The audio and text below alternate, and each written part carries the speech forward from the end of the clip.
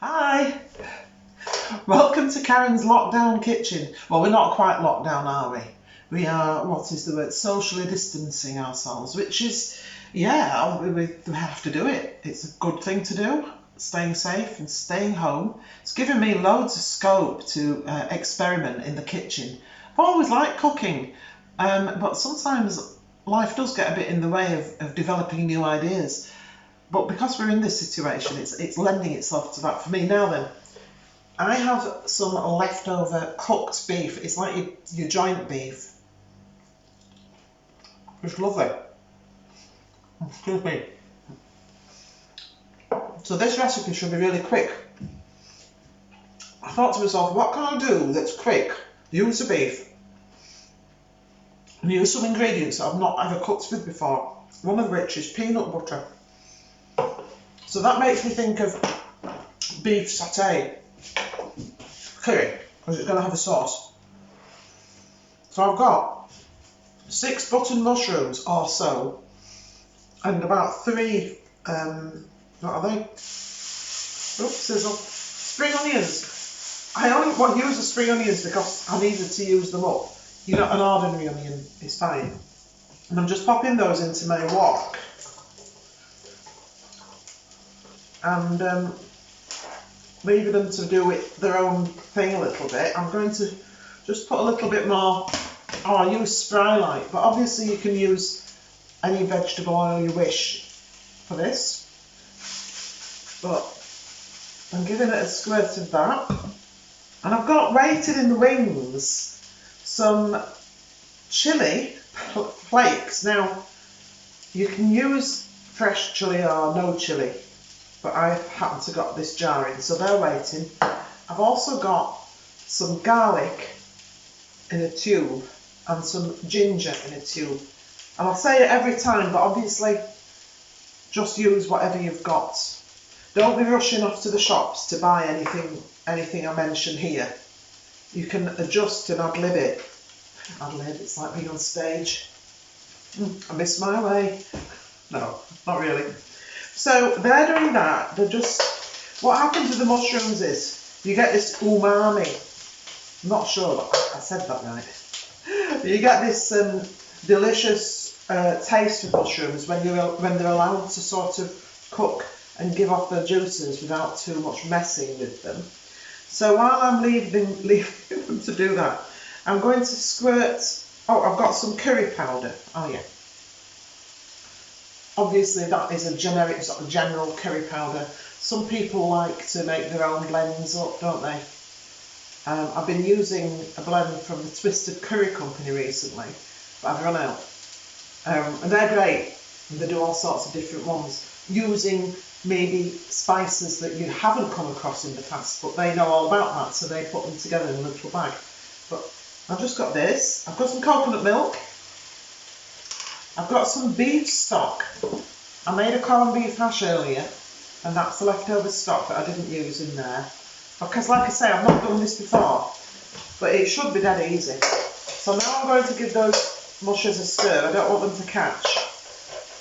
And I am going to introduce, let me put my glasses on, folks. Oh, ginger. It's potluck, isn't it? So this tube, I'm going to put in, I don't know, a good teaspoonful, let's say. You can adjust, you know, everybody's got different styles, and especially with curries and things that have got heat, you know what you like, don't you? That's the thing. So I'm going to do the same with the garlic. I've been using fresh garlic until yesterday and I've run out, but I did have these in the cupboard. So about a teaspoonful of that. Actually, that was a bit more. Keep those vampires out of my way. So that's those done. And I shall anoint it with a sprinkle of my chilli flakes. This is what gives the curries their heat, you know, more than anything else. So be careful with it. And I'm just probably putting maybe half a teaspoon in there. And this should be a gentle curry, I think. And that's okay. And then probably a tablespoon of curry powder. Sprinkle that in. Now I'm going to put a little bit of the stock in there because I don't want those spices to burn, which they probably would left on the heat. So that's cooled them down a little bit.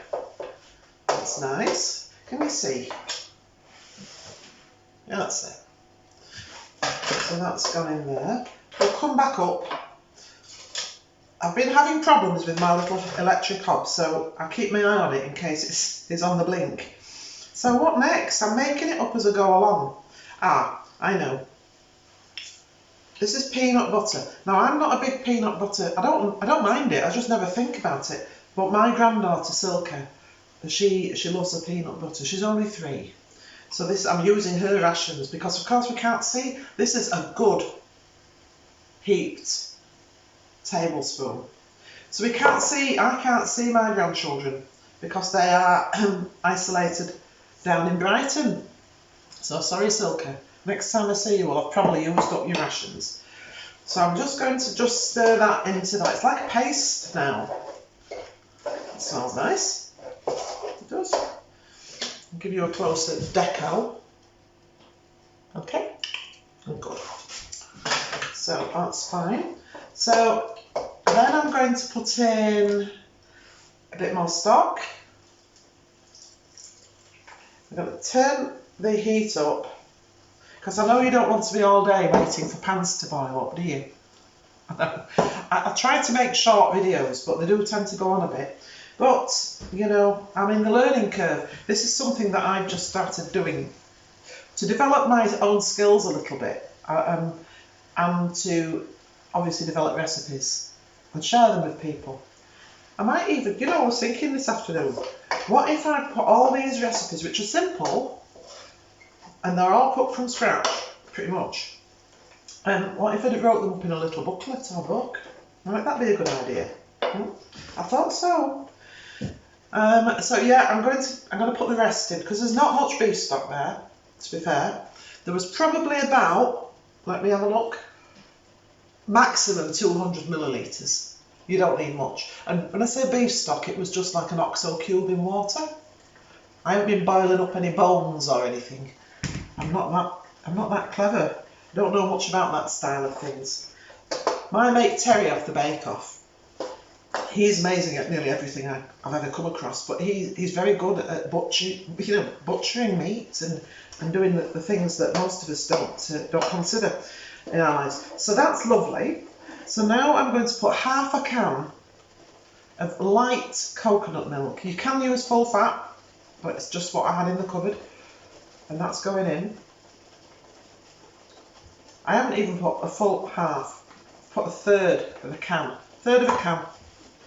and that's going to stir through there. Salt and pepper next. My usual advice is you can be generous with the pepper, but leave the salt on the light side.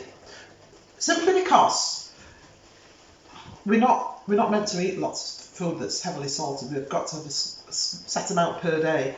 So you can always add more when you serve your meal. So I'm just giving it a little grind for traditional purposes. And this is looking lovely. And really the only thing to put in now, because that's coming up to the heat, it will reduce. The more I leave it on the heat, the liquid will get thicker. So we don't need to put anything, I don't think, no, we don't need to put any thickening agent. We don't need to corn flour it or granule it or flour or anything like that, because it's okay as it is, and as I say, it will just reduce down in a little while. So I'm putting all this in now.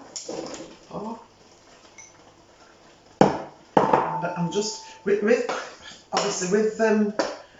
cooked meat, you need to, if you're using it again after your joint, say you have a joint on Sunday and you're going to make this the next day with leftovers, you need to bring the meat up to the correct temperature. It needs to get hot again. You don't want it lukewarm, it's got to go poof, up the top there. I like to take mine up to about 85 degrees. It's probably a bit OTT, but that's in. The only thing left, and do you know, I don't know for sure, but I think, because it's quite an exotic sounding dish this, I think a squirt of lime juice might just freshen it up. I think that's what the chefs say. I'm trying to be fancy. They might freshen it up, but I wouldn't go out and buy a lime. I happen to have a lime in because I like it in my drinks. I like it if I'm sort of having Bacardi and Coke or something. I like to have a lime slice. So that's why I've got a lime in the house. If you'd got any fresh coriander, I would be saying to put that on as a garnish just before you serve it. But I haven't got any, so I'm not saying it. But I am going to do this. I've got my eyes on this, lovely. I reckon you could put some almonds in here, you know. No, you've got nuts. I'm just wondering outside the box what else you could do. But to be fair, I don't think it needs anything else. Do you mind if I just try it? Because I've not used the peanut before, I don't know whether I've got enough peanut taste. Let me just have a little.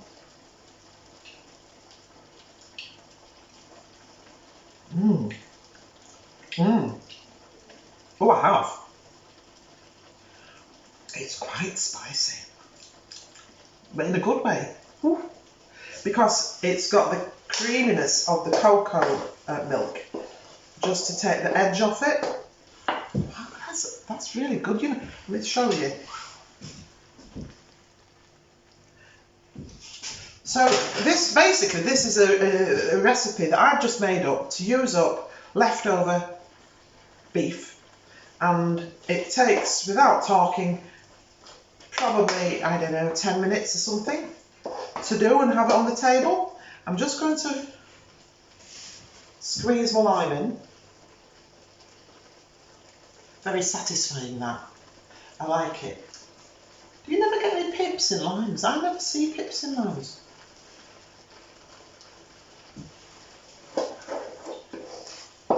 And let me taste that now. Let me see now.